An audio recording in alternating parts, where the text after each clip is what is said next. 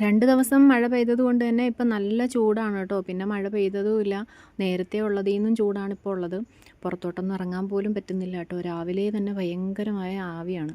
അപ്പോൾ ഞാൻ രാവിലെ മാവൊക്കെ കലക്കിയിട്ട് അനിയത്തി അവിടെ ദോശയൊക്കെ ചുട്ടെടുക്കുന്നുണ്ട്. വല്യമ്മ കയറി വന്നിട്ടുണ്ടായിരുന്നു. പിന്നെ ചായയൊക്കെ ഇട്ട് എല്ലാവരും കുടിച്ചിട്ടുണ്ടായിരുന്നു കേട്ടോ. പിന്നെ കറിയൊക്കെ ആക്കിയിട്ട് എല്ലാവർക്കും കാപ്പിയൊക്കെ കൊടുത്തിട്ട് തലേന്ന് രാത്രിയിലുള്ള മഴയിൽ ചെറിയ കാറ്റൊക്കെ ഉണ്ടായിരുന്നെന്ന് തോന്നുന്നു കേട്ടോ. മാവിൻ്റെ ഇലയും അതുപോലെ മാങ്ങയൊക്കെ പൊഴിഞ്ഞ് അണ്ണാനും കിളികളും ഒക്കെ തിന്നതിൻ്റെ ബാക്കിയോ ഒക്കെ ഉണ്ടല്ലോ, അതിൻ്റെ വേസ്റ്റ് എല്ലാം തറയിൽ കിടപ്പുണ്ടായിരുന്നു. പിന്നെ അതൊക്കെ ഒന്ന് തൂത്തുവാരി വൃത്തിയാക്കി കയറി വന്നു.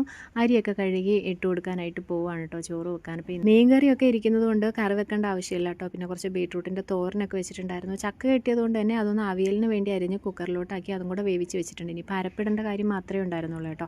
വിറക് ഇനിയിപ്പം ഇല്ല, അതുകൊണ്ട് തന്നെ വിറകൊന്ന് കൊത്തിക്കീറി എടുക്കണം. പിന്നെ കുറച്ച് തുണികളൊക്കെ കഴുകി വെച്ചിരിക്കുകയാണ് കേട്ടോ. ഇനിയിപ്പം നല്ല വെള്ളത്തിലൊന്ന് കഴുകി ഒരു പിഴിഞ്ഞ് നമ്മൾ വെള്ളം തോരാൻ വേണ്ടി ഇട്ട് കൊടുക്കുകയാണ്. ആ സമയത്ത് കുറച്ച് വെയിലൊക്കെ മാറിയിട്ടുണ്ടായിരുന്നു കേട്ടോ. ചെറിയൊരു മഴക്കോളിൻ്റെ മന്ദാരമൊക്കെ ഉണ്ടായിരുന്നു. പക്ഷേ മഴയൊന്നും പെയ്തില്ലായിരുന്നു കേട്ടോ. വൈകുന്നേരമൊക്കെ ആകുമ്പോഴത്തേക്കും ഇതുപോലെ ചെറിയൊരു മന്ദാരമൊക്കെ വരും. അപ്പോഴത്തേക്ക് മഴ പെയ്യുമെന്നാണ് പ്രതീക്ഷിക്കുന്നത്. എവിടെ പെയ്യാനായിട്ട് മഴയൊന്നുമില്ല.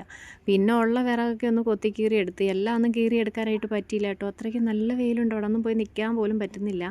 ഉള്ളതൊക്കെ ഒന്ന് കൊത്തിക്കീറി എടുത്ത് അകത്തോട്ട് വന്നിട്ടുണ്ട്. അപ്പോൾ ഇന്ന് ഞാൻ കുറച്ച് സോയ ഇരിക്കുന്നുണ്ട്. അത് വെച്ചിട്ട് നമ്മൾ ബിരിയാണി തട്ടിക്കൂട്ടാം എന്നാണ് വിചാരിക്കുന്നത്. അപ്പോൾ കുറച്ച് അരി എടുത്തിട്ടുള്ളൂ കേട്ടോ. ഒരു 1/4 കപ്പ് അരി എടുത്തിട്ടുണ്ടായിരുന്നു.